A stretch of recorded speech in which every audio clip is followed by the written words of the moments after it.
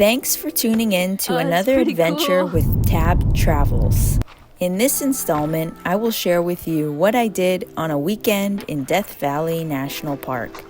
There's so much to do and see in this park, but if you only have a couple of days, this guide is for you.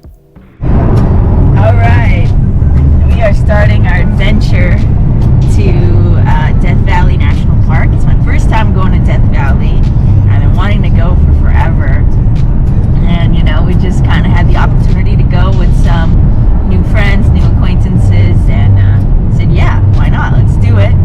It is mid-November. The best season to go to Death Valley is typically December, January. So I think we're kind of in that realm of the ideal time to go to the quote-unquote hottest place, on record in the U.S. So we're just looking forward to this, finally getting to see Death Valley and do some time outdoors and go camping. And I'm going to try and make a fire later, so I'll tell you how that goes. We got some new camping gear that we're going to try out, and it's just going to be a fun weekend. Also, the drive is beautiful. Tab should show you YouTube people. It's a beautiful drive. Yeah, these mountains are amazing. What I didn't realize at this point was the scale of Death Valley National Park. It's the largest national park by size in the lower 48 states. This is definitely a national park that you will need a car to access. We've been driving into the park for like almost an hour, since there are very limited campgrounds within the park itself. All right, we made it to our campsite and we got our tent up. Truthfully, I'm a little worried because it was super windy putting this tent up, and I am a little worried that the tent might blow away, but we put a whole bunch of stuff in there to weigh it down, and I think it will be okay. It's looking sturdy now, it's holding up now, but I'll show you our setup. We stayed at the Shoshone Campground, which was an affordable option at $35 a night if you're planning to camp in a tent. They had a clean bathroom, shower stalls, and a natural hot spring pool, which made for a nice touch. After setting up our tents, we grabbed lunch at the Crowbar Cafe, which was right down the road. They have a mix of Mexican and American cuisine. The food was pretty good considering you're in the middle of nowhere, and it was a pretty popular spot. From this point, we had almost an hour of driving ahead of us to get to the Badwater Basin.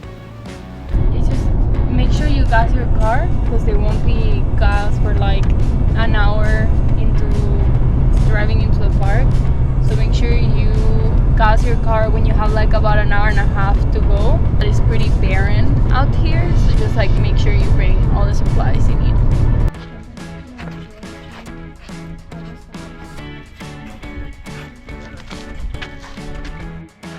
This is just crazy. It's so otherworldly. Like, we went down, it kind of feels like you're walking on snow, but it is in fact salt. We picked it up, we touched it, we tasted it. It's salt.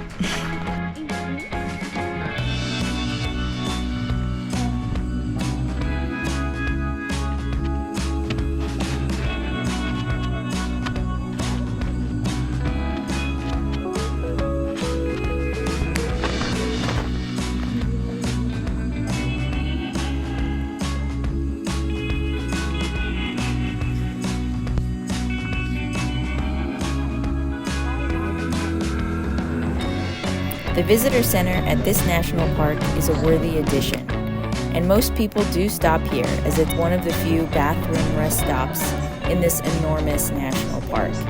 They also have some grab-and-go food items and snacks for purchase. After we got back to camp, we reheated some leftovers over a fire and had a soak in the natural pool. It's worth noting that camping in the desert has its challenges. On this particular night, it was super windy. We had breakfast on the go, knowing we had tons of driving ahead.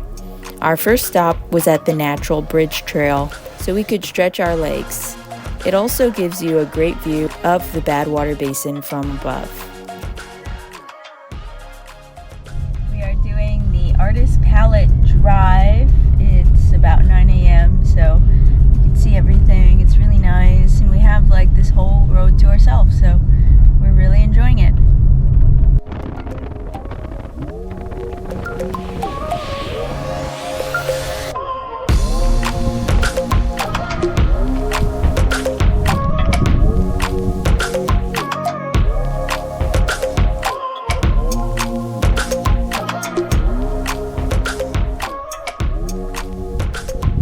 At Borax Works, you can explore the ruins of a borax refinery from the late 1800s.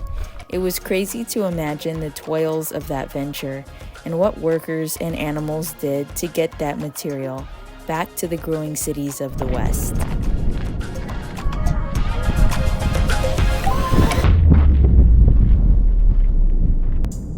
As we were exiting the park, it's a quick and easy stop over to the Mesquite flat sand dunes. Mel and I were feeling goofy at this point, and we thought it would be fun to reenact scenes from Dune before hitting the road once again. If you've been considering visiting Death Valley National Park, it is certainly worth the trip, but be prepared. Death Valley is in a very remote part of California. We didn't have service during most of our drive out of the park, and there were hours of driving between gas, water, and food stops. Thanks for tuning in for another adventure. See you next time.